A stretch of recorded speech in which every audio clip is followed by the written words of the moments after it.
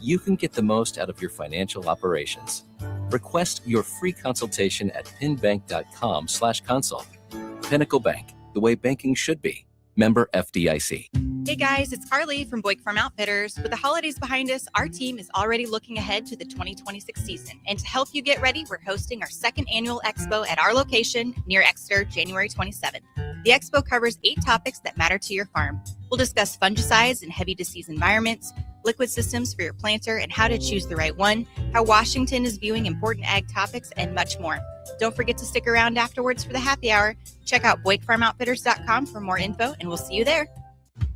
Most resolutions for the new year fail before January is even over. Why not resolve to just be a little bit cleaner in 2026? Nebraska Auto Detail is here for you. Now through March 30th, if you purchase a ceramic coating, you'll get a free interior detail. There's no better way to start your year than taking care of your car and decluttering the mess that it becomes so easily. Book your detail today at NebraskaAutoDetail.com or call Joe and the team at 402-601-5086. Unearth the secret to long-lasting tires at Tread's Central Tire Pros, a league apart in commitment, service, and expertise. This isn't just about rubber meeting the road, but trust, safety, and surety converging in perfect harmony. This is where expectations are exceeded every time. Make your appointment today at Tread Central Tire Pros, just south of Cortland on Highway 77, or visit our website to explore our services. Remember, when it comes to tires, choose Tread Central Tire Pros because we tread differently. This is Lincoln's home for sports talk on the FM dial. Also online at theticketfm.com. On the internet. KNTK FM Firth, 93.7 The Ticket. Welcome into the post-game post-up. Nebraska basketball just finished up another game. Hustle down to the block and get position. Shot clock to 7. Hoiberg missed. Got his own rebound. Right back up. Missed it. And there he is. Garcia. How big has he been down the stretch for this Nebraska ball club? 10 points all in the second half. Now the lead back to 3. Join 93.7 The Ticket to break down the best players and key moments from today's action. Sanford a couple of steps from behind the line. And now Lawrence from the corner. He hits. And another eruption from all the red and Lincoln. Not even close. Now Creighton has not been able to hit anything. 0 for 8 from distance. Prager hits some space. He connects. Post-game coverage of Nebraska basketball on The Ticket is sponsored by Union Bank and Trust, the Lincoln Airport, Jack Russell of Farm Bureau Financial Services, and John Henry's Plumbing, Heating, Air, and Electrical. Here we gotta go. Down to 5. Hoiberg kicks it out. Lawrence for the win. It's the post-game post-up on 93.7 The Ticket.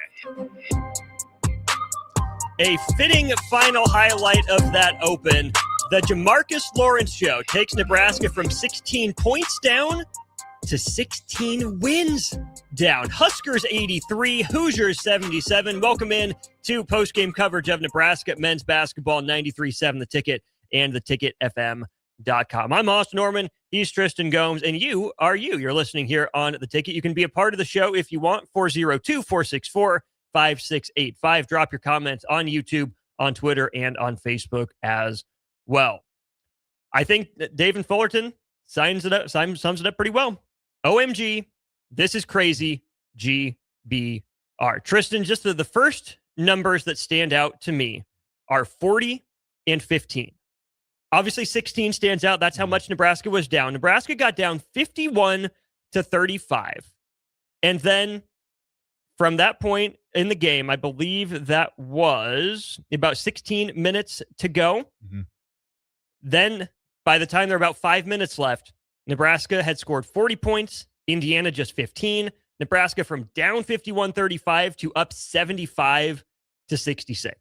That is Fred Hoiberg offense in a nutshell, with the defense that Husker fans didn't know if he would ever discover. They did.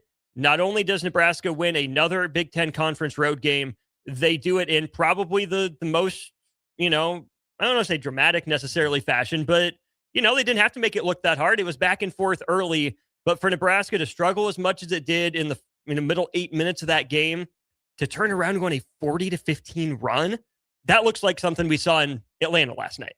Yeah, it was unbelievable and funny you talk about Atlanta last night, that Indiana now might be a just football school. But no, college basketball is all about runs. How can you stop the runs? How can you get on runs on the offensive side? And I mean, I think in the broadcast, they put it perfectly of how Nebraska's defense has stepped up tremendously, based on what we've seen in past years. And so when Indiana did go up at halftime and, for I bet a lot of Husker fans, we thought, oh gosh, is this the end of the undefeated season? And then the defense just picks right back up in the second half towards the end, and then the runs on offense. Dan from Canopy says simply W. Another one. Dan, I expect 15 more texts from you with 15 more W's, nothing more, nothing less. One for each Nebraska men's basketball win.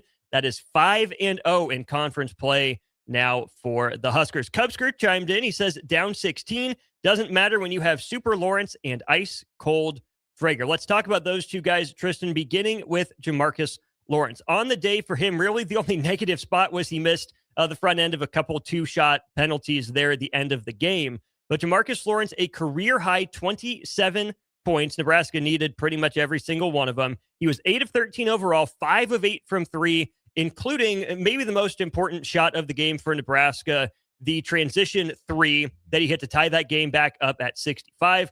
He also went 6 of 8 at the free throw line, added 5 rebounds and 3 assists. Certainly one of the best games of Jamarcus Lawrence's career. I would argue probably the best game of his Nebraska career. And Indiana fans have to be having some PTSD. Jamarcus Lawrence has done that to them in that building before, killed him a little bit in the Big Ten tournament as well. Career high 27 points for Jamarcus Lawrence. Looked every bit the part of the guy Nebraska needed to have back. 100%. I think this offense this year has a lot of guys that are playing their roles. And I think, when Nebraska's playing well, about 70% of their shots are taken by Rink, Price, and Jamarcus. Yeah. And so in a game where Rink wasn't shooting great from 3 until he made that last one late in the game, Jamarcus was kind of the guy that, put the team on his shoulders, said, we need buckets. I'm going to be the guy to go get it.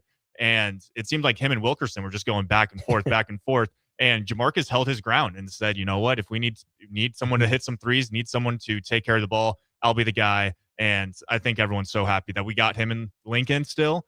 And I'm excited for what he has going forward. Bearcat Bouytengel and Jamarcus Lawrence have been guys who Fred Hoiberg has talked about. Even if they don't impact the box score, they've been pretty darn good for Nebraska, pretty valuable. Nebraska needed box score, Jamarcus Lawrence tonight. Indiana didn't have anyone that could contain him consistently. He proved that. The other key thing I think about Jamarcus Lawrence and what he did, Tristan, was in that first 4 to 6 minutes of the second half, he got aggressive and he got downhill. Do you know how many free throws Nebraska shot in the first half? I couldn't tell you. 0. Okay. 0 free throws for Nebraska in the first half. Nebraska only committed 3 fouls. Indiana only committed 4. The Hoosiers only took 3 free throws. So it was a back and forth kind of up and down game, which both these teams like to play. But the reason that it was important for Jamarcus Lawrence to get downhill, number one, because free throws are free. They're just good, right? Get other guys in foul trouble. And we'll talk about that regarding Indiana here in just a moment. But the Nebraska offense at times in that first half really stalled out. Looked like it was stuck in mud against an okay but not great Indiana defense. I think Nebraska had 2 shot clock violations and 2 or 3 just late clock grenades. Nebraska didn't have anyone getting downhill late in the clock. They looked just a little passive, a little unsure about how much time was left on the shot clock. And that's when you want a guy like Jamarcus Lawrence or Sam Hoiberg. If no one else is doing anything, just put pressure on the rim, right? Don't force a shot. Fred Hoiberg talks all the time about not challenging shot blockers that ends up leading to runouts for the other team. Nebraska didn't force it like that, but I just thought Nebraska was just floating at times on offense in the first half. In the first 12 to 16 minutes of the game, they were making some of those shots. They got it by as much as 7. Indiana would crawl right back in it. Indiana would hit a shot. Nebraska would hit one. I think Sanford had one from the right corner. There was a pretty good response. And then that's the last one I remember for Nebraska really responding in that first half. They didn't get downhill. They were just floating. And some of the looks that they had, from guys playing, not really hero ball, but just late clock, those dried up. And Indiana went from down 28-27 to up 39-30 at half. And I know you were watching the game. Indiana goes up 9 with the way Nebraska's playing at the end of the first half. What were you sitting there thinking? I thought, especially playing at Indiana, one of the toughest places to play in this Big Ten conference, I just thought, is there any way that Nebraska can come back? I almost thought, is this one over? And then when it got to 16, you just think it's going to take a real team effort, and it's going to take a lot for this team to come back. And like you said about, Jamarcus getting downhill and even Sam Hoiberg getting downhill is that opens up, Price on the outside. That opens up Frager on the outside, Rink when he's knocking down shots. This team is the best when it's not just, give a guy the ball, ISO, see what he can make happen. It's the dribble drive, kicking it out, and we have plenty of shooters on this team. So if one guy's having an off night like Rink, we have other guys like Price who can step up in big moments. Even Frager didn't score until the last 5 minutes of the game and ends up with over 10. He sure did. We'll touch on Braden Frager here because he made the majority, in fact, almost the entirety of his impact in the second half. Only 5 first half minutes for him. But looking at that first half box score, it was the Jamarcus Lawrence show. 11 of his 27 before halftime. He led Nebraska in shot attempts with 8 of them was 3 of 6 from 3, and obviously 1 of 2 from 2. Just a rebound and an assist for him. Rink Mast, 3 of 7, but missed his 3 attempts from long range in the first half. Cale Jacobson had 5 points, hit a 3 late in the clock for one of those, got downhill on another as well. What stood out to me for the first half, though, Tristan, was the complete lack of Price Sandford. He only got 3 shot attempts in the first 20 minutes. Now, he ends the game as Nebraska's third leading scorer with 12 points on 9 shots, ends up 3 of 6 from long range.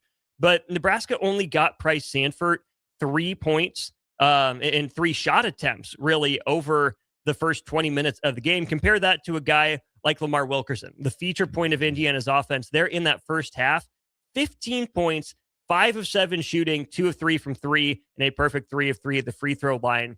The way Nebraska was unable to get Price Sandford involved, some of that was game flow, some of that was looking the other way, some of that was credit to Indiana with some bodies to throw at him.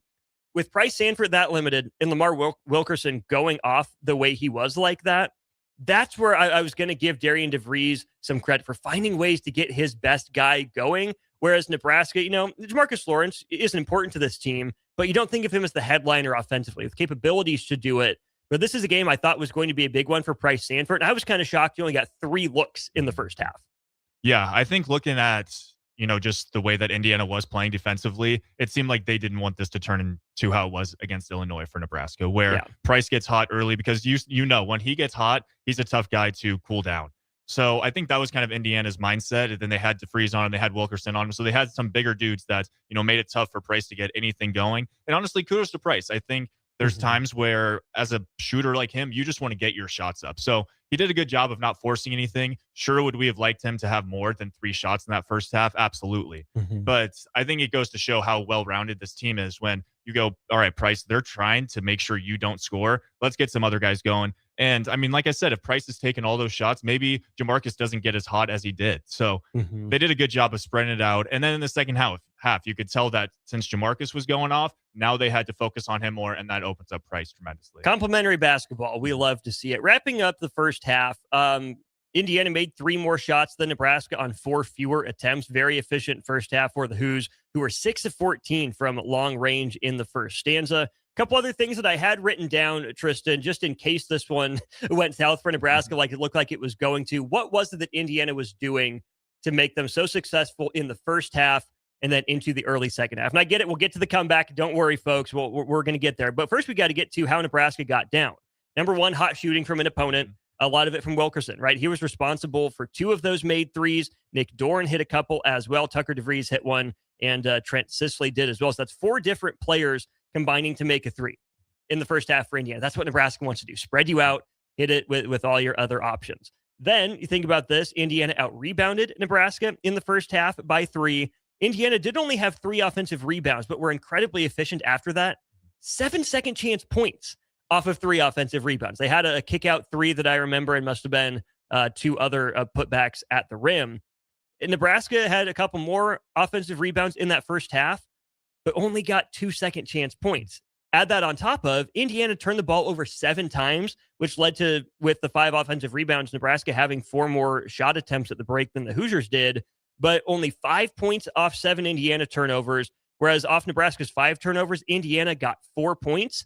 Hot shooting from an opponent, from not just one player, on top of Nebraska not taking full advantage of some of those opportunities, led to Nebraska being down 9 at the break. 100%. I think looking at the just offense for Nebraska when Indiana was going on that run, it seemed like Nebraska almost was waiting for someone to get hot or waiting for Price to knock down a shot. And so it seemed like the ball movement wasn't as spectacular as it has been or was in the second half. And so Nebraska was just kind of waiting for something to happen while Indiana was stealing all this momentum. And kudos to them. They were knocking down shots. I think Nebraska, when it comes to rotating on defense, they're tremendous at it. And they did well in the first half, but Indiana was just making shots and Nebraska wasn't responding at the time. But you could tell that the ball wasn't moving as much as you would like it to be. And then also when, Rink is off the floor or Jamarcus or Price, who's going to be that guy that steps up? I think, Frager showed up late, but in the first half, could have been nice for him to maybe get a bucket or two there. And so when your guys aren't scoring, it makes it tough when you don't have much momentum. So I think that was the struggle for Nebraska. In the first half, I think it could have got way more out of hand than it did. Going to half at 9 points, you get a stop right before the half. You get that steal instead of them going up double digits. So I think defensively, it was just Indiana knocking down shots and then Nebraska not responding as well as they could have. It was, of course, a tale of two halves, but we got to get to how Nebraska got down 16, right? Down 9 at the half. Okay, it's within single digits. Nebraska had a bad, 4-ish minute stretch. Nebraska came out decently well offensively, but Indiana just kept putting the ball in the basket. Nebraska couldn't buy a stop. Wilkerson got going again early there in the second half. And then things start to change. When Nebraska gets down 51-35, a couple of the key players in that run, obviously, we talked about Jamarcus Lawrence quite a bit. I'm sure we'll circle back to him. But 30-37 brings up Braden Frager. Cupsker also brings up Braden Frager. 30-37 says, Frager and Jacobson and Lawrence played awesome. Loved the intensity of the team. Not real cocky, but confident. That's the line that Braden Frager walks pretty much at all times. And Tristan, just like Nebraska on the road at Ohio State, it was Braden Frager showing up late once again. He played 5 minutes in the first half, but 14 second half minutes. 4 rebounds for him in this one. Went 4 of 8 from the field. 1 of 4 from 3, but the 3 was a big one. I believe that was the shot that ended up pushing Nebraska up to 75-66. Frager had a bucket in that span. Before that, Cale Jacobson got fouled and hit his 2 free throws to make it 72-66. Nebraska was able to push it to a 3-possession game with a Frager wing 3 from in front of his own bench. I liked Braden Frager a little bit in this matchup, maybe as an answer to Lamar Wilkerson, just with the size, or Tucker DeVries, who we need to talk about here coming up in just a sec. But 2 straight road games for Nebraska men's basketball, 2 straight clutch second halves from this redshirt freshman playing well beyond his years. 100%.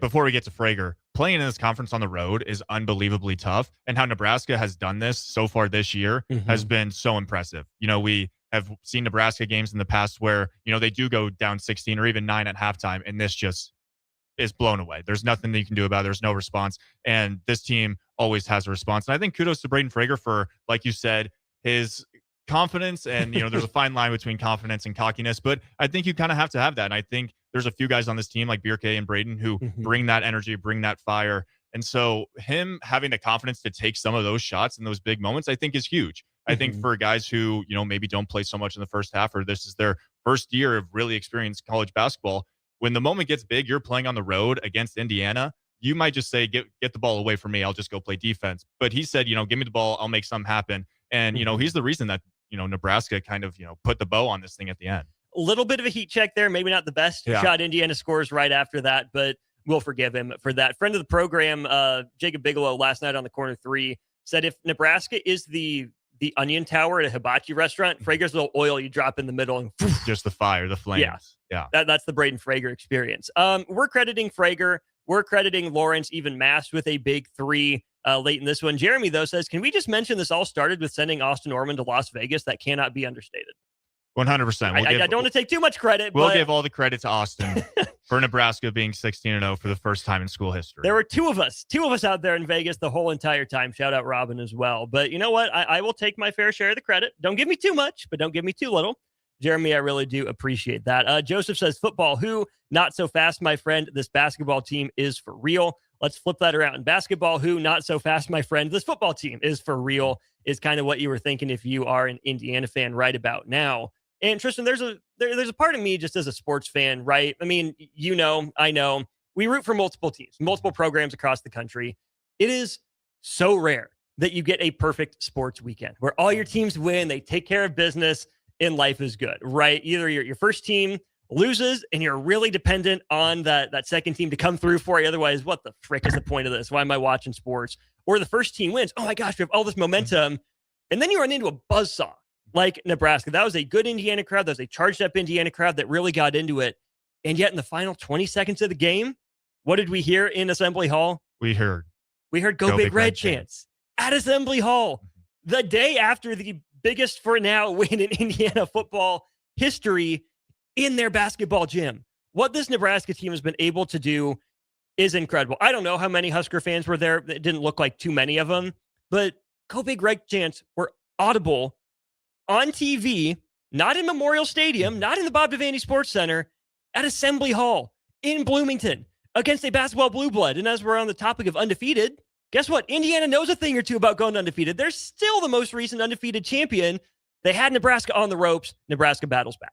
100%. I mean, there's so much to be excited about here in Lincoln. I don't think anyone going into the season, seeing Nebraska was projected to finish, 15 plus in this Big Ten. You don't have something to be super excited about. The football season didn't end the way you wanted it to. And then you have this Nebraska basketball team that's just bringing all the fire, bringing all the juice. There's so many people I'm talking to who are saying, yeah, I've never really watched Nebraska basketball, and now I tune in every single time. And that's just what this team has done.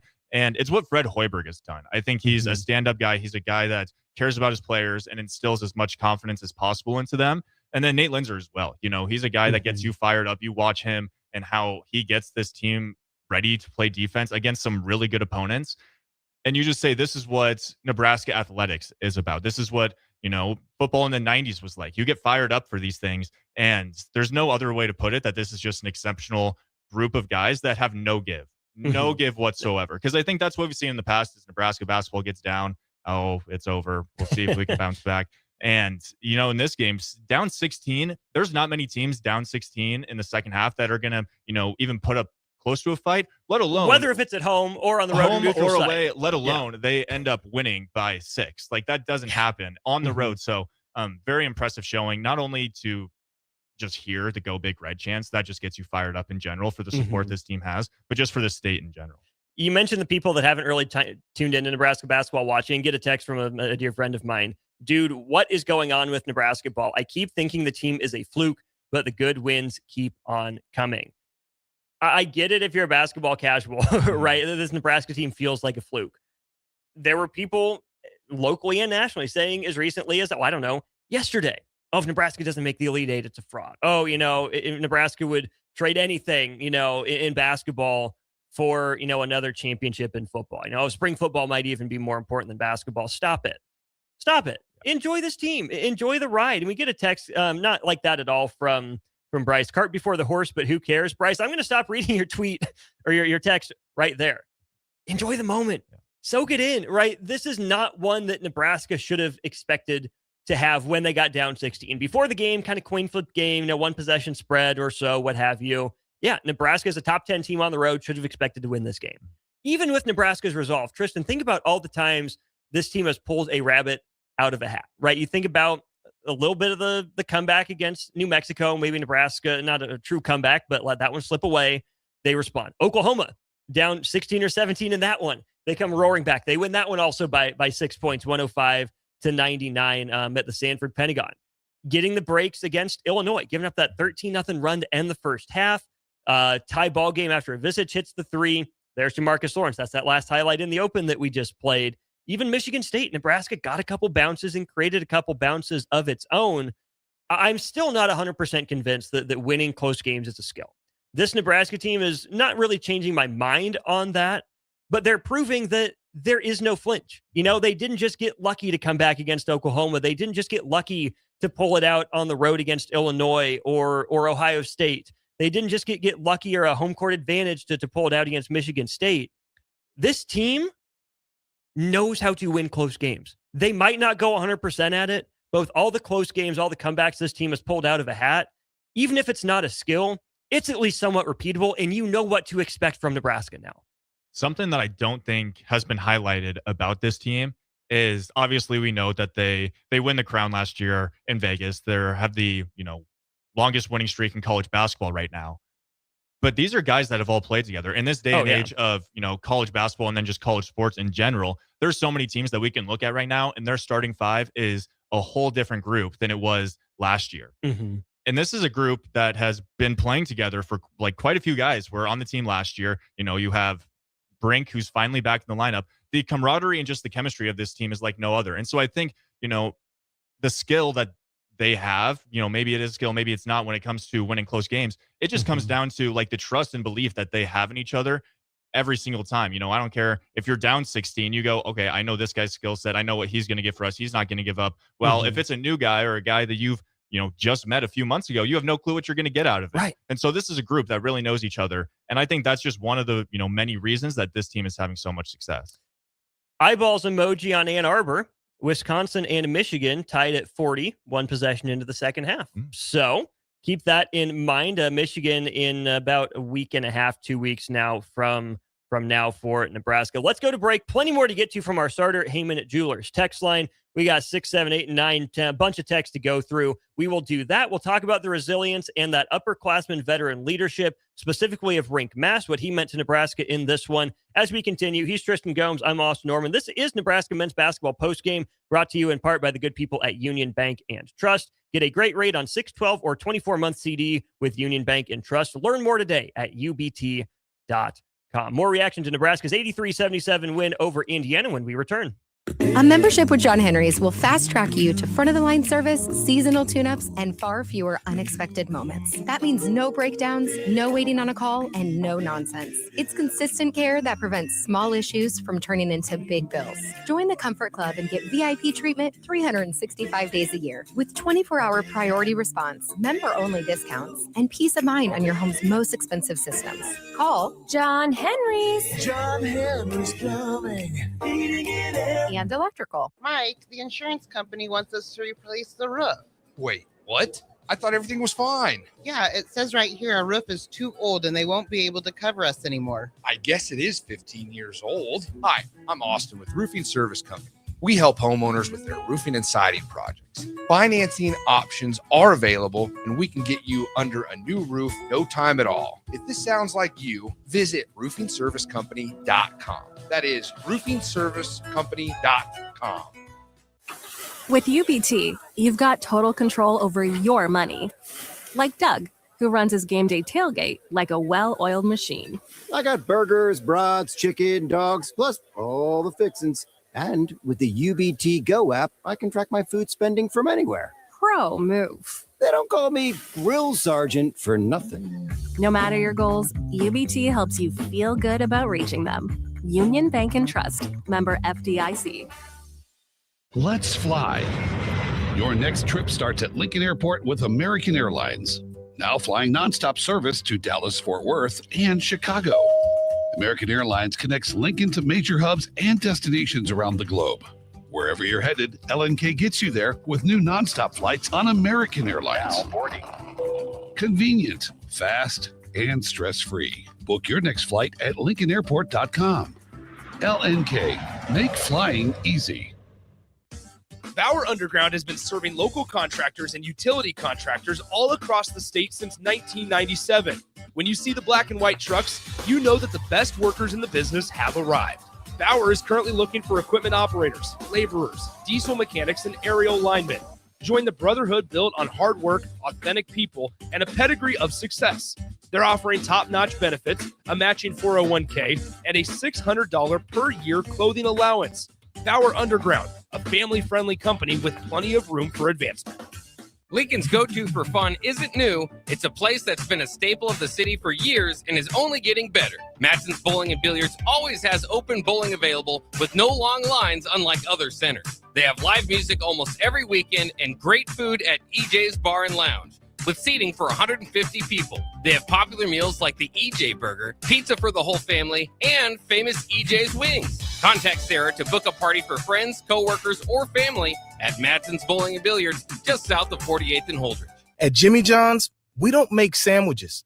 We make the sandwich of sandwiches. We use fresh veggies because we don't hate salads. We just feel bad for them.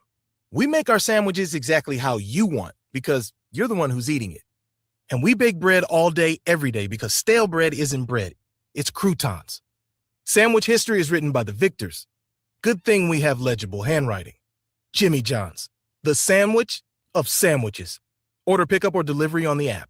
Hi, this is Doug Keller. When I started my first little body shop in Eustis back in 1979, I never dreamed it would grow to 8 locations and over 100 employees in Nebraska. I knew then, as I know now, that if you treat people right, they will keep coming back and also send their friends, which is why our tagline is, where our customers send their friends. I guess there are many things in life that change, but the golden rule never does. The most recommended Eustis Body Shop.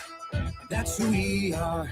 When you were a kid, clubs were cool. Robotics club and space club and stuff like that. But what do adults get?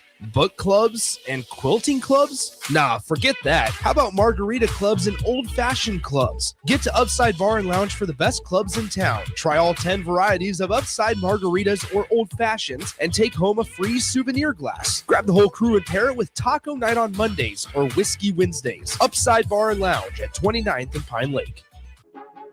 Now back to the post-game post-up on 93.7 The Ticket. Post-game coverage of Nebraska basketball on The Ticket is sponsored by Union Bank and Trust, the Lincoln Airport, Jack Russell of Farm Bureau Financial Services, and John Henry's Plumbing, Heating, Air, and Electrical. It's the post-game post-up on 93.7 The Ticket.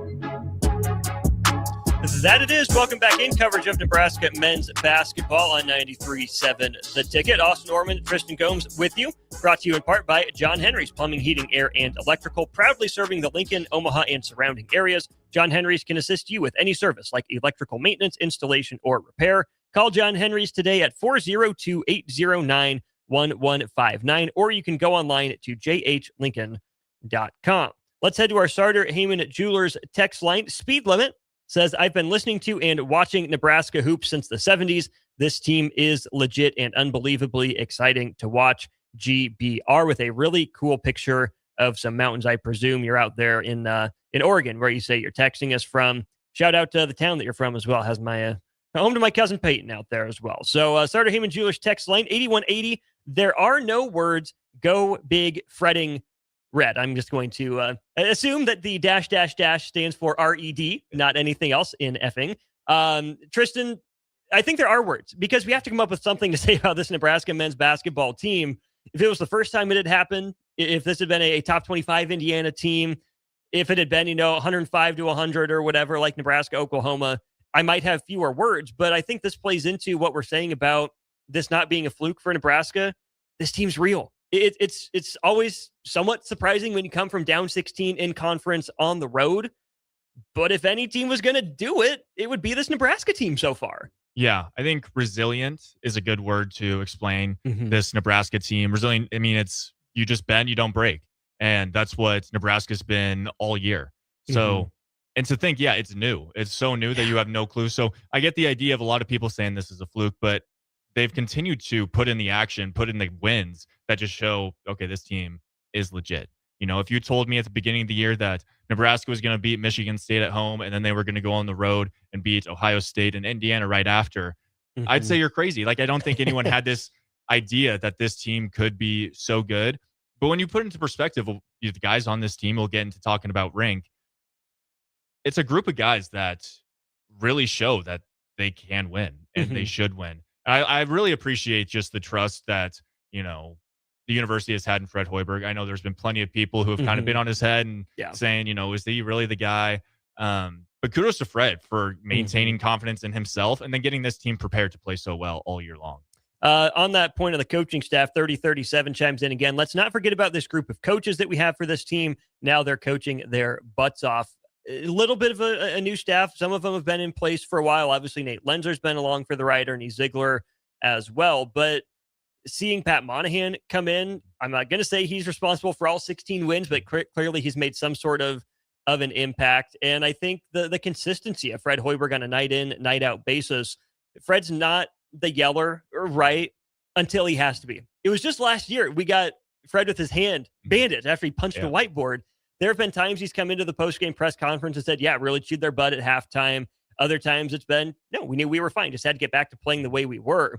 This is a veteran group that I think knows how to push the right buttons for one another, challenge each other in a respectful yet confident and forward way without losing the plot, without going too far. It would have been so easy, Tristan, for this team to point fingers. It would have been so easy for Jamarcus Lawrence to go hero. Well, I'm the only thing we got going tonight. I'm going to take over.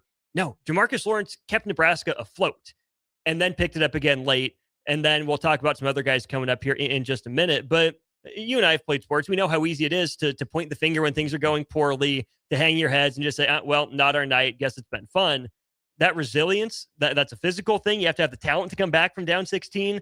But the mental aspect of it from the players on the court, the ones that were in the games, the ones that were on the sidelines, and the coaching staff to keep them locked in, to not ever let them hang their heads. You see a group that obviously works very well together. There's a ton of maturity. I think that's another good word to just explain this team is, like you said, there's no pointing fingers, but then also it's knowing that, playing hero ball, one guy trying to, put the cape on and say, all right, we need buckets. I'm going to be the guy that goes and gets it. Sure, Jamarcus did that, but the ball was still moving. Like, we were getting him open shots. It wasn't just him creating it all by himself. And so I think the maturity of this team to recognize that they're not down and out for the count. That's not the way that this is going to be. But also, if they do want to come back, it's not going to be a one-man show. It's going to have to be everyone all together. And then just the composure that this team has. Down 16, I think a lot of teams that maybe have a lot of freshman guys or, let's say the Duke Blue Devils, for one example, when, adversity starts to happen, how do you respond? You have guys that have faced a lot of adversity throughout their college years. Rink going through injury, Price, been a leader at Iowa, and now he comes over here. There's a lot of maturity on this team that instills that in the young guys too. So when Kale comes into the game or Frager comes into the game, they understand the standard and also know the only way that this Nebraska team is so good is because of how well they play together.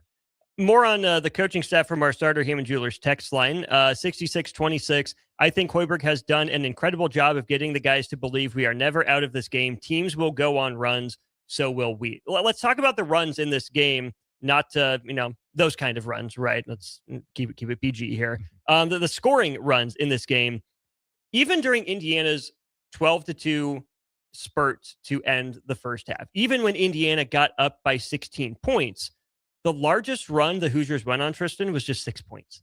6 points. That's 2 possessions, maybe 3, 2 with the way that Nebraska likes to play. On the flip side, Nebraska's largest run of the game was 13-0, really helped them crawl back into this one. Nebraska also had a 10-0 run in this one. And I bring up Evan Miyakawa all the time on this show and others.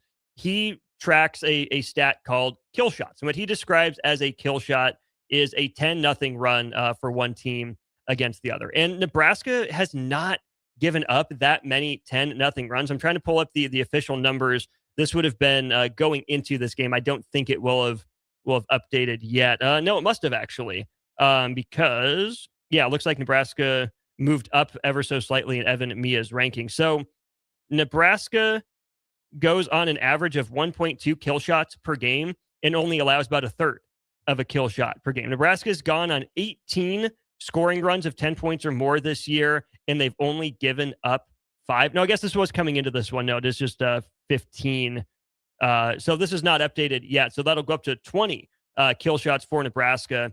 And I forget the exact percentage, but I think it's a team that goes on a 10-0 run, wins 80-ish or more % of the time in a game per Evan's research.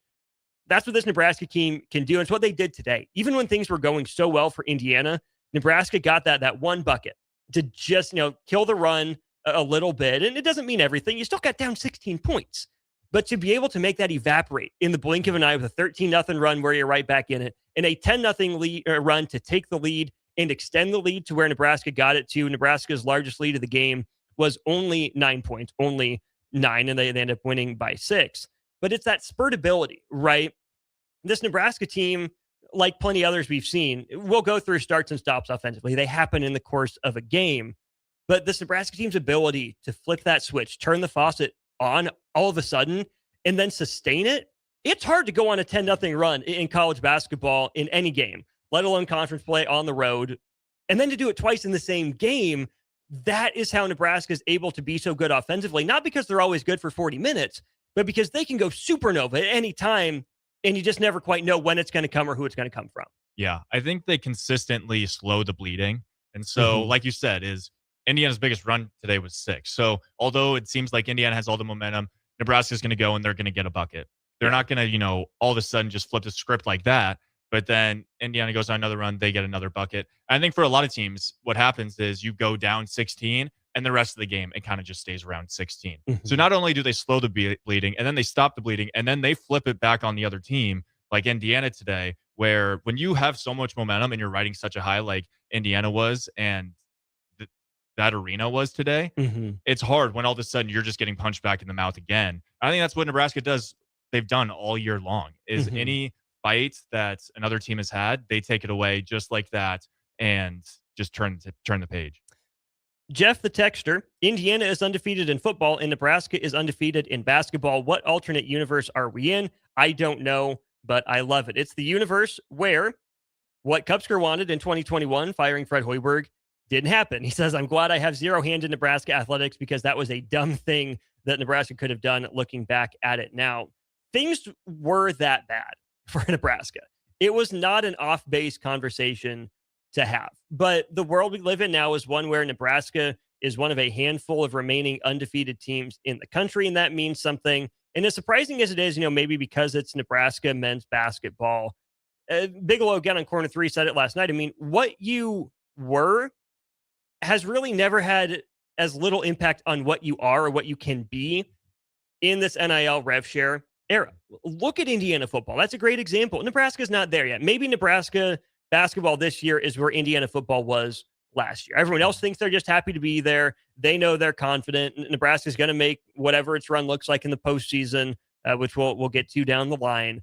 But for Indiana, last year wasn't the one-off. It wasn't the fluke, right? They proved that throughout the regular season. They doubled down this year. It feels like a fluke right now because it's the best season so far in counting, right? I have no doubts that's going to continue. But the important part for Nebraska is to not be burdened by that history, right? Understand it, the perspective that they can bring into each and every time they take the court, that this is historic and that gives them confidence in a good way. But to then, for the guys that come back next year, which again is way down the line, to say, hey, we remember this winning feeling. We set the standard. This is what this should feel like. This is what practice should look like and sound like. This is our mentality going on the road. Here's how we handle business. That's where, I forget who texted that in. Jeff the Texter. Yeah, you can look at history and tradition all you want, and that gives you a base to build on. But Tristan, we're seeing, even with Nebraska's limited investment in basketball, you get the right coach in place, you give him the opportunity to get his guys and trust the process and his system to work. It might not be perfect, but there are enough good coaches out there. There's a good coach, a right coach for every spot at every time. Can you get to that guy? Can you trust him to see it through? Nebraska did. It's easy as a fan, especially a Husker fan, to almost hide your belief or almost just set yourself up for disappointment. So when it does happen, you just go, you know what? I expected this. Well, it's just them. Yeah. And so for basketball, I think early this year when, we had been undefeated, when we were 9-0, I think a lot of people still thought, all right, this has been fun. Is this really something to get behind or we can believe in? But we're not in that locker room. We're not in those practices. We're not seeing, guys flying around, the energy, the confidence that these guys have. And so when you watch them on the court, it's a whole different mindset for them than it is for us watching. Yeah. Us, we may always, hold our breath a little bit or, hold back and say, all right, this team is really for real. But they already believe that they're for real. Fred Hoiberg thinks they're for real. Yeah. And all those guys have so much confidence. Like you were talking about Indiana, for example. Football-wise, they have an old roster. So they have a lot of guys that have played a lot of football. That's the same thing for Nebraska basketball. They have a lot of guys that had played years of college basketball and they've played together. Yeah. And that's just made them more confident. So I think as confident as we are in Nebraska basketball right now, I bet they're 100 times more confident in that locker room after a win like this. Dan from Canopy, Fred is the best coach in the country. That'd be an interesting discussion to have. I think very clearly in the driver's seat for National Coach of the Year. Not that that's something he cares about by any stretch of the imagination. The man deserves his flowers. He stuck with it. Nebraska stuck with him. He continues to get the most out of his talent. And Tristan, we can even bring this back a few years. You think about the run at the end of the 21-22 season. Bryce McGowan's in and out of the lineup. It's been a rocky season. Fred Hoiberg, by the end of the year, got the best out of Alonzo Verge, who averaged like 19-6, right? You start to see the flashes, I think, from Derek Walker at the end of that year moving into the next year, okay? So you get just enough of a glimmer of hope. You see that, okay, give this guy time. He can draw something out of these guys. Into 22-23, he gets older, he gets to the winning mentality sort of guys, Banamel Griesel, Walker's playing, unleashes Thor Bjarnason and Keisei Tominaga there. Okay, we see the vision. Well, it was injury, so yeah, they only got to 500, but okay, that's a 6-win improvement from last year. Let's see what they got. This Tominaga guy's kind of fun. Walker's kind of improving. We'll see what they can do. He had some mid-major under-the-radar transfers. Who's this Bryce Williams guy? Juwan Gary coming in from Alabama. Is that winning pedigree? But he can't really shoot with Fred Hoiberg teams shoot. Well, hey, guess what? Over that offseason, Fred Hoiberg found something. That team, as good as it was, I think is still going to end up being more of the foundation for this team, more so than the platonic ideal of a Fred Hoiberg team. Fred Hoiberg, I think, made it work at the end of 21-22. Fred Hoiberg started to have the clarity for the vision in 22-23. 23-24 was a really good year in a lot of ways because Nebraska got more talented, but I still think that wasn't exactly what Fred Hoiberg wanted his offense to look like all the time. That team got bogged down, and I still am in awe of how many times a guy like Keisei, sometimes Rink obviously as well, and Bryce Williams in some games, just flat out bailed Nebraska out. 24-25, not a lot of bailout opportunities, right? It was just, hey, Bryce, go get a bucket for the most part, the team that just didn't click. This year's offense, with the spurtability that we talked about, the 40-15 run, with all the different weapons, not just one or two guys, with the different actions that they're able to run because these guys play together, they're confident in making the next right pass because they know they'll get it back at some point. This feels like the Fred Hoiberg offense that I think Husker fans were promised. I don't think Fred Hoiberg ever wanted an offense where you just kind of have one guy, you have one scorer. I think that's what it's been. I mean, with Keisei a little bit, there were games where you kind of just expected him to go off, and that was the reason why Nebraska did win some big games. But when he was cold, that was the reason why they had no chance because there wasn't a huge offense for them to just run or a few other guys to get the ball and get in the mix. And that's the same thing with Bryce Williams is when we would watch him and he would go off, it was so fun to watch. But you could tell if a team's whole goal was to not let them beat them, he was out of the picture and Nebraska had no shot. Yeah. And so I think that makes this year so much more of Fred's offense of what he wants to run is because it's probably the basketball that he's known. Even when he was in the NBA, he wasn't the guy that just got the ball, ISO, let me make a bucket. Right. He got his points from playing team basketball and, doing off-ball screens, moving a little bit, and that's how he scored. And when you have an offense full of guys that continuously do that, I mean, you watch Price run around, kind of like Steph Curry does, just to get the ball open. Yeah. And then he gets his open shot and he knocks him down. And the defense is so worried about that it's opening up more for other guys like Rink, like Jamarcus. And then there's so often, we saw it today with Kale knocking down 3, with Sam knocking down a 3. Eric hit one in each half. Yeah, he hit another one. So the other team is just forgetting so much about these kind of role players to a point where it opens them up. And Sam being an offensive threat this year, I think we may not think of it, but is a huge reason for this team's success. He's not a guy where the other team sees that he has the ball and they're like, all right, we'll lay off, make sure he doesn't get it to whoever. They go, oh yeah, this guy can drive. He could even get a bucket. And if we leave him open, he's going to knock down a 3. A guy we haven't talked much about is someone that Mr. Worldwide in Fallbrook brings up. It's the guy that, for the Twitter poll I posted a couple days ago, got almost 3/4 of the responses for Nebraska men's basketball's mid-season MVP. That is Rink Mast. We'll talk about him. The Huskers are flying high right now at 16-0. You can fly high with the Lincoln Airport, specifically with American Airlines being back at LNK, bringing new nonstop flights from Lincoln to Dallas, Fort Worth, and Chicago O'Hare starting this coming June of 2026. You will also get seasonal winter service to Phoenix, picking up in winter of 2026. Tickets on sale now. Big thanks to our friends at the Lincoln Airport for helping sponsor some post-game coverage of Nebraska men's basketball. Let's have the Rink Mast conversation when we get back. Wrap things up. Want to make the easy call? Call John Henry's. From leaky pipes to a broken AC, flickering lights to furnace fights, even drains and duct cleaning, we've got it handled. Plumbing, heating, air, and electrical, all under one trusted roof. Proudly serving homes across Lincoln, Omaha, and surrounding areas, and ready 24/7. Visit calljh.com or call John Henry's. 435-5555. John Henry's Plumbing, Heating and Air, and Electrical. Rick Heyman here from Sartor Heyman Jewelers. I want to personally thank our great customers for voting us once again the best of Lincoln. At the same time, we're celebrating our 120th year in business in the great state of Nebraska. You can count on Sartor Heyman for the very best quality, value, and customer service. When it comes to your jewelry needs, visit us at South Point, Grand Island, and the Outlet in downtown Lincoln. Visit us today at SartorHeyman.com, and thank you for your continued trust after all these years. Let's fly. Your next trip starts at Lincoln Airport with American Airlines. Now flying nonstop service to Dallas, Fort Worth, and Chicago. American Airlines connects Lincoln to major hubs and destinations around the globe. Wherever you're headed, LNK gets you there with new nonstop flights on American Airlines. Now boarding. Convenient, fast, and stress-free. Book your next flight at LincolnAirport.com. LNK, make flying easy. When it comes to concrete, Stevens & Smith Construction doesn't stall. They go for the takedown.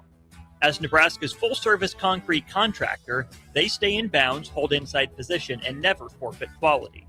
Whether it's foundations, flatwork, or concrete coatings, they elevate performance and pin down results that win every time.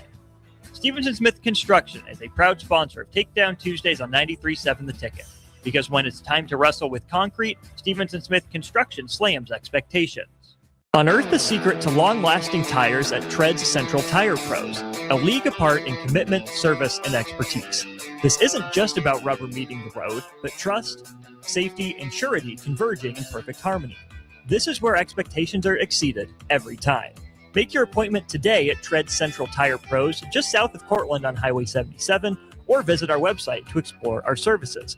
Remember, when it comes to tires, choose Tread Central Tire Pros because we tread differently.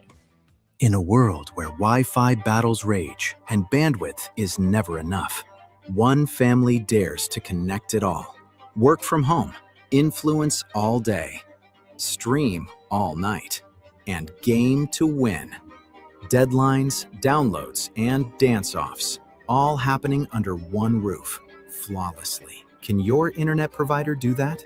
Fiber fuel your household at allofiber.com/all-in. Change begins with you.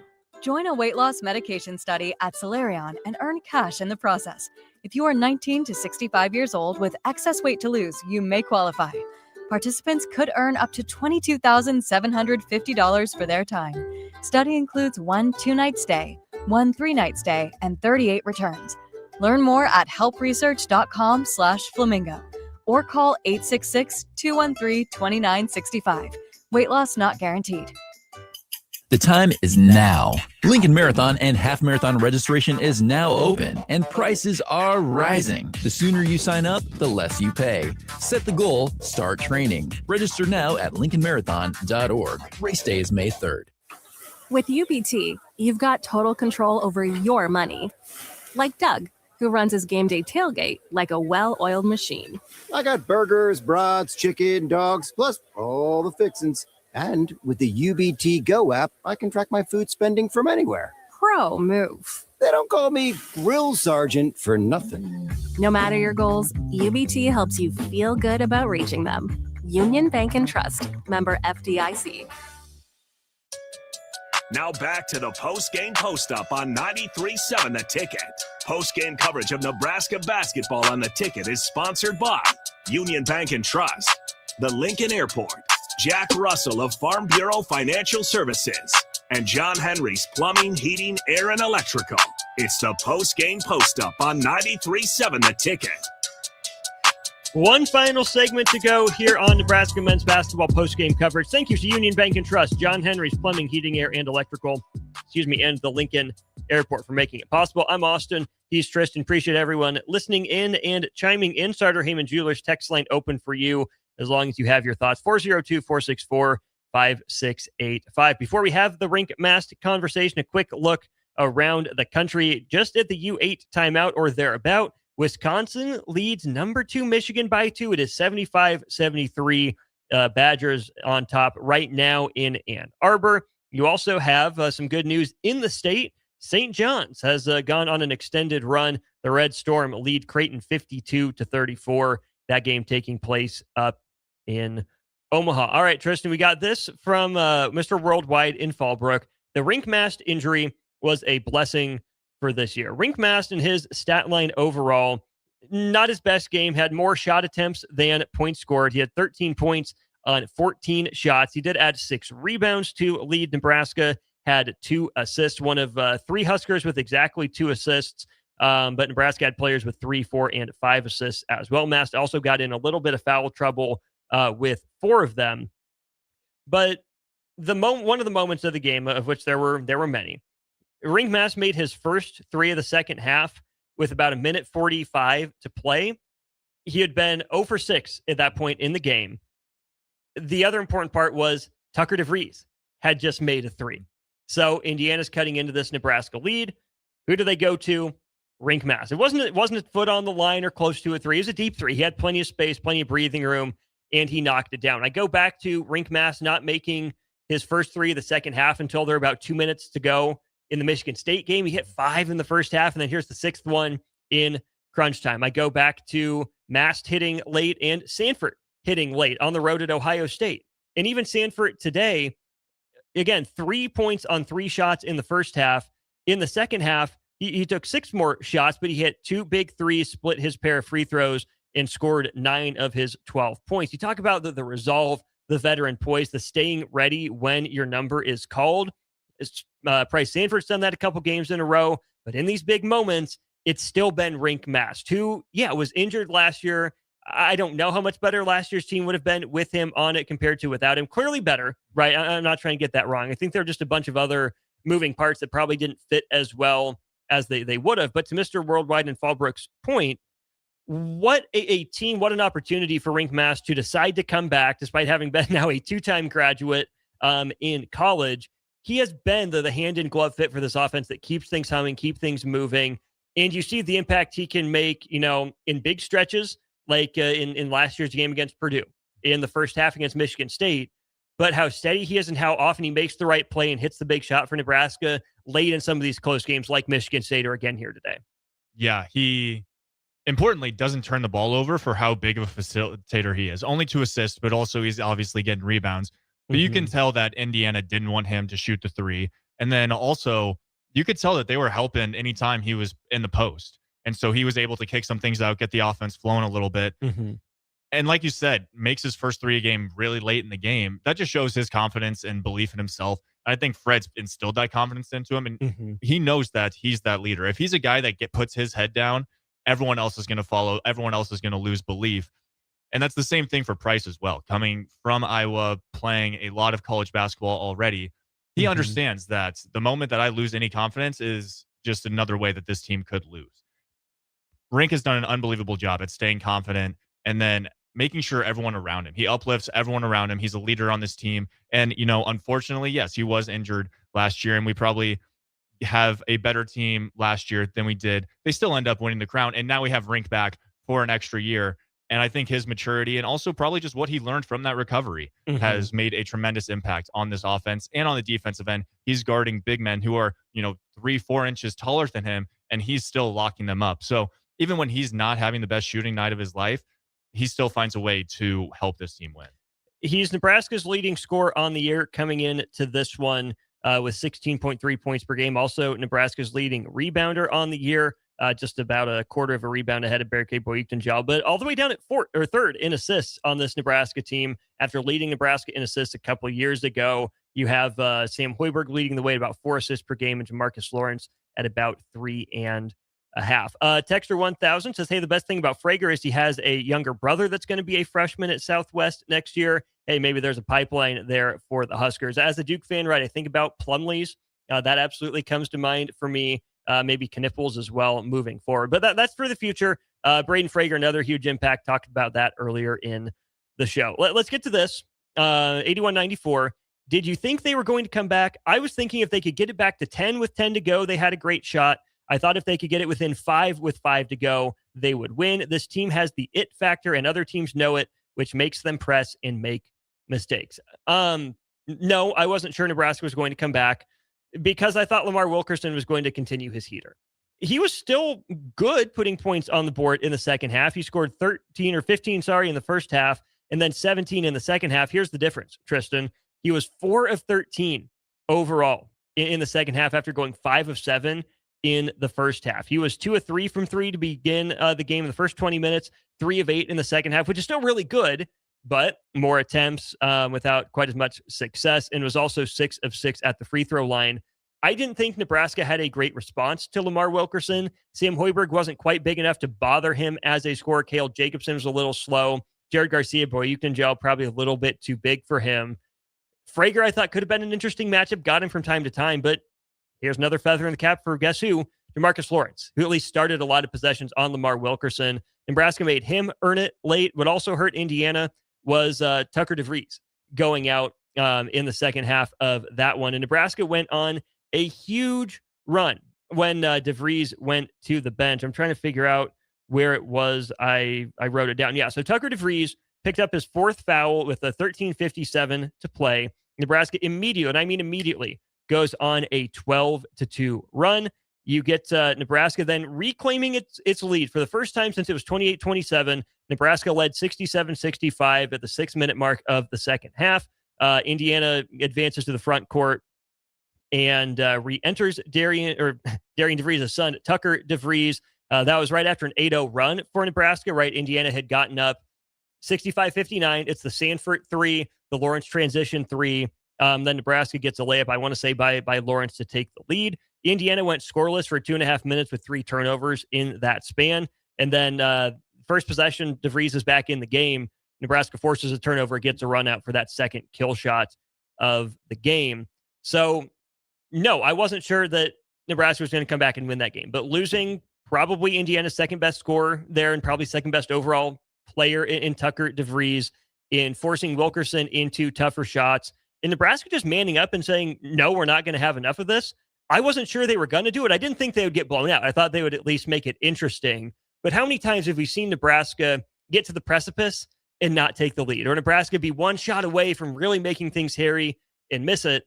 Tristan, Nebraska just kept making shots. They wouldn't miss in that 40-15 run on top of taking advantage of Indiana's best or second best player being out. That's what good teams do. They take advantage when they see that little opening. They didn't just kind of nudge the door open.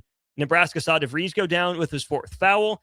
In that next 6 minutes, Nebraska went full heater.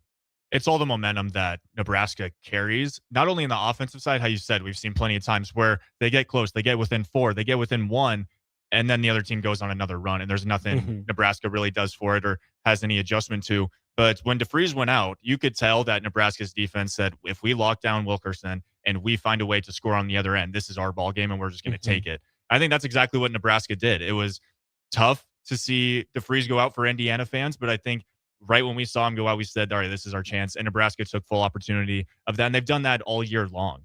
I think going forward, it's going to be up to Nebraska. Is you can't allow a guy to end up with 32 points. You know, that's a tough way to win a lot of basketball games when you allow a guy like Wilkerson to get hot. And they started to face guard him a little bit more. And you could tell that Indiana was running a lot of off-ball screens to try to get him the ball more.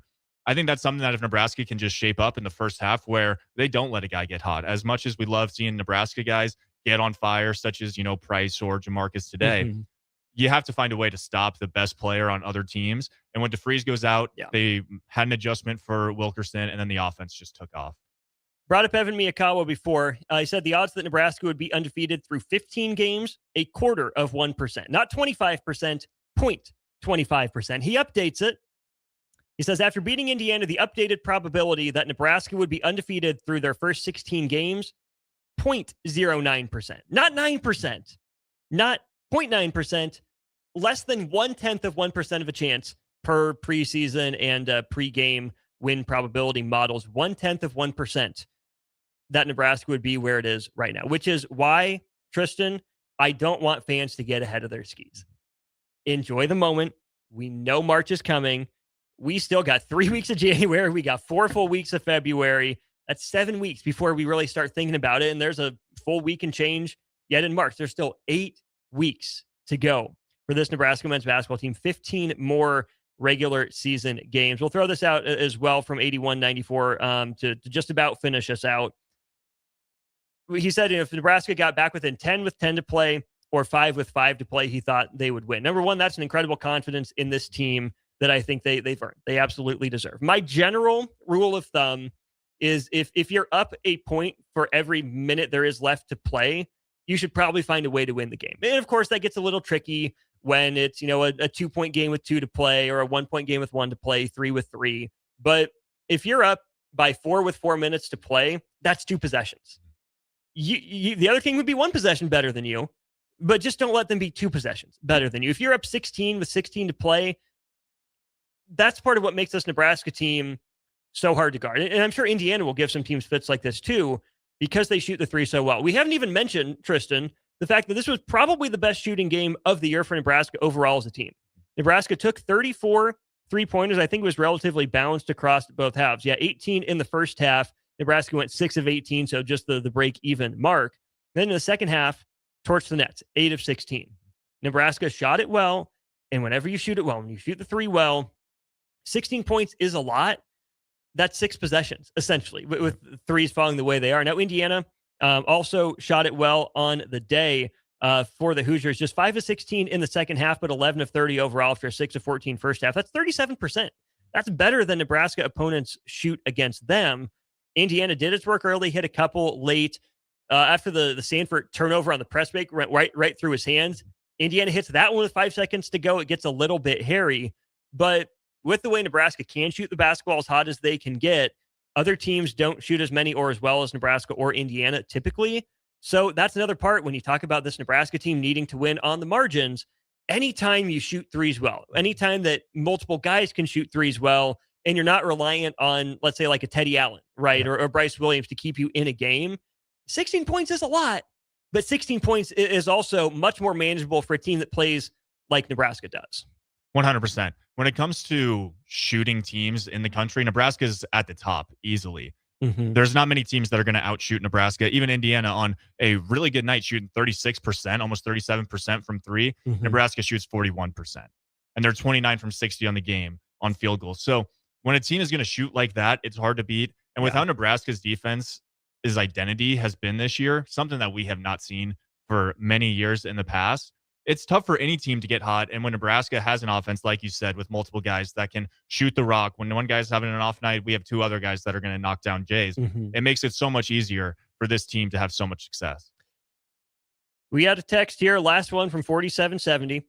Oregon, Northwestern, Washington, Minnesota, the next 4 games before Michigan. Again, without getting too far ahead of it, Michigan does loom, right? Still in a dogfight or a Badger and Wolverine fight, I guess, with Wisconsin right now in Ann Arbor. It is the Tristan Gomes Bowl coming up on Tuesday. So I want to make your pick now. We'll save that for a couple days here. But again, Husker fans, don't get ahead of your skis, right? Oregon's in a bad way right now. Shellstad's been down and injured. There's enough talent on that team. Dana Altman has had some success against Nebraska historically. I get it. Nebraska's a top 10 team, but don't overlook Oregon. They can cause some issues. Northwestern has a top 10 scorer in the country. Last year's leading scorer in the Big Ten in Nick Martinelli. I think Nebraska matches up pretty well with him. Mm-hmm. But again, you just never know. Washington, pretty good young team, interesting pieces. And then Minnesota on the road. Nebraska's really never played well up at the barn. Minnesota took down top 25 Iowa just a few days ago. Nebraska will be favored in all these games as a top 10 team. Nebraska should win all of them, but they will go on the road a couple times. There are good players on the other team. I'm not trying to be doom and gloom. Oh, Nebraska's going to lose one in the next 4. Not at all what I'm saying. I'm just saying they won't be cakewalks. They won't be able to just show up and win the game. And again, one final time back to Evan Miyakawa. Nebraska is, I believe by Evan's numbers, the best team in the country at playing its best against its best opponents. Nebraska struggled in the non-con against the lower rated competition. Nebraska played down in those games, found ways to do enough to win. And man, these teams know you. They have connections to you. And if you sleepwalk through any of these games, you might not be able to just play 30 minutes and get away with it. Certainly not 20 minutes. The challenge ahead for Nebraska, Tristan, is what it's been since the attention's gotten big. How do you stay focused? How do you stay composed? And how do you treat each game as big as it needs to be? These are the games of the Big Ten that Nebraska in previous years has lost. How we've seen, some 5-game losing streaks. It's, you lose to an Indiana maybe once, but then it's followed up by a loss to Northwestern or Minnesota. So these are the games in the Big Ten where, as high as we want to get on Nebraska right now and as confident as they should be, and hopefully they are, these are the games in the Big Ten that you can't lose. The games that you really need to take advantage of when you're playing an inferior opponent like Oregon, who's been struggling, a team like Northwestern that you just know that you're better than. And then when you go on the road, it's maybe not going to be as crazy of an environment as it was at Indiana today, but it's still going to be a tough place to play. And so it's showing up every day and taking it one game at a time, which I think Nebraska has done a great job of. When you have Michigan State, or even when you go to Ohio State after, you could have easily just been, hung over from that win against Michigan State, and they go and take care of business in Columbus. And then they head to Bloomington today with another one.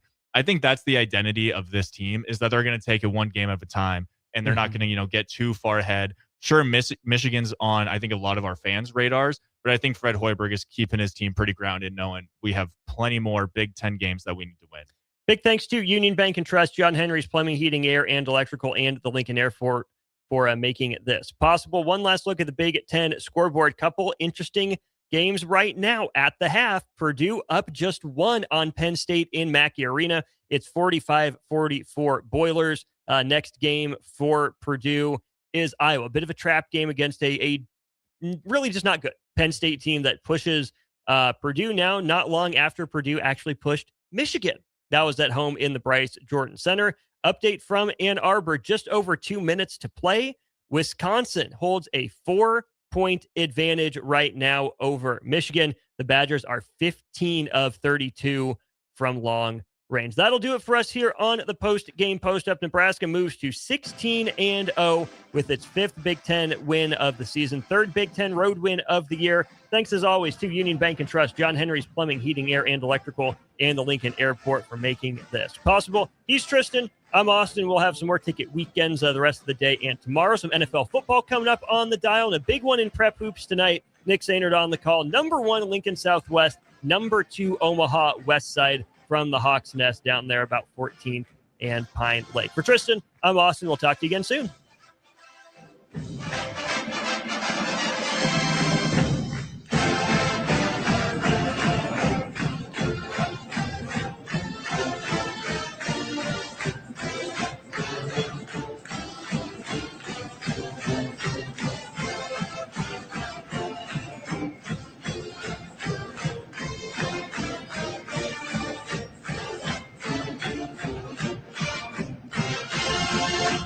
Want to make the easy call? Call John Henry's. From leaky pipes to a broken AC, flickering lights to furnace fights, even drains and duct cleaning.